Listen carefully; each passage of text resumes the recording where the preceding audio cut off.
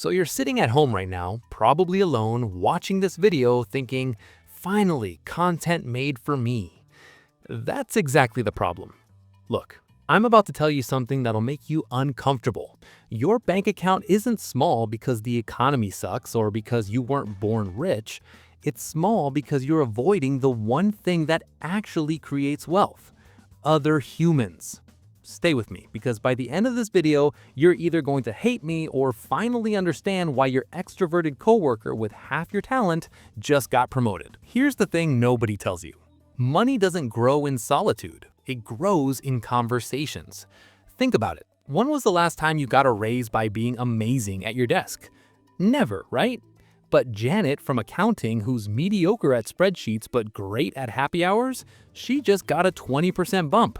And before you say, that's unfair, let me ask you this. When's the last time you told your boss about your accomplishments? Last week? Last month? Never? Exactly. Introverts think the work speaks for itself. Meanwhile, extroverts are literally speaking for their work. At lunch, at coffee breaks, during those pointless meetings you keep declining. Here's the brutal truth. Your boss doesn't review your work every day, but they do remember who they talk to. And guess what? You weren't in that conversation because you were too busy actually working.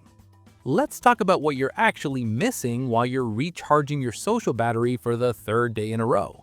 That job opening nobody posted online? Your extroverted friend heard about it at a barbecue. That investment opportunity that would have doubled your money, shared in a group chat you left because it was too noisy. Networking events feel like torture to you. I get it. But you know what's more torturous? Being broke at 45 because you were too drained to attend events in your 20s and 30s. And here's the kicker. While you're at home perfecting your skills, thinking you're investing in yourself, extroverts are out there collecting something way more valuable. No, not business cards. They're collecting trust. Because here's what you need to understand. People don't do business with the most qualified person. They do business with the person they know, the person they've had drinks with, the person whose name comes to mind when an opportunity pops up. You're not in their mind because you're not in their life. Simple as that. Let me show you how this plays out in real numbers. Extrovert Emma has 200 real connections, not LinkedIn connections, actual humans who know her name. When an $100,000 opportunity appears, 200 people might think of her. You have 12 people who really know you, and 8 of them are your family members who are also broke. It's not personal, it's just math. The formula for wealth is actually pretty simple. Opportunities equals connections times visibility. You're scoring a 0 on visibility, which makes your entire equation 0. It doesn't matter how talented you are. 0 times anything equals 0. And sure, you can build wealth alone, technically. If you're in the top 1% of talent in your field, you might not need people. But statistically, you're not. Neither am I. So we need the shortcut, and the shortcut is people. Now, before you click off this video thinking, great, another extrovert telling me to fake my personality, hold on. I'm not saying become someone you're not. I'm saying your comfort zone is actively keeping you poor, and you need to decide if that's worth it. You don't need to become the life of the party, you just need to show up to the party. Once a week, maybe twice a month. You need to respond to that coffee invitation instead of saying you're busy.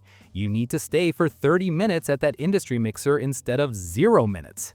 Because here's what's wild. You only need a few strong connections to change your financial life. You don't need 500 friends, you need 5 to 10 real relationships with people who are going places.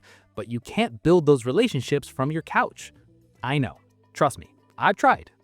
Look, your introversion isn't a flaw, but treating it like a permanent excuse to avoid wealth-building activities, that's a choice, and it's an expensive one. The world rewards people who show up, speak up, and link up. Not always the most deserving people, the most visible people. So the question isn't whether you're an introvert, the question is, how much is your comfort zone costing you? If this video made you uncomfortable, good. That means you needed to hear it. Hit that subscribe button for more financial truth bombs that actually help you build wealth, not just feel good about staying broke. Now, go send that networking message you've been drafting for 3 weeks. Your future bank account will thank you.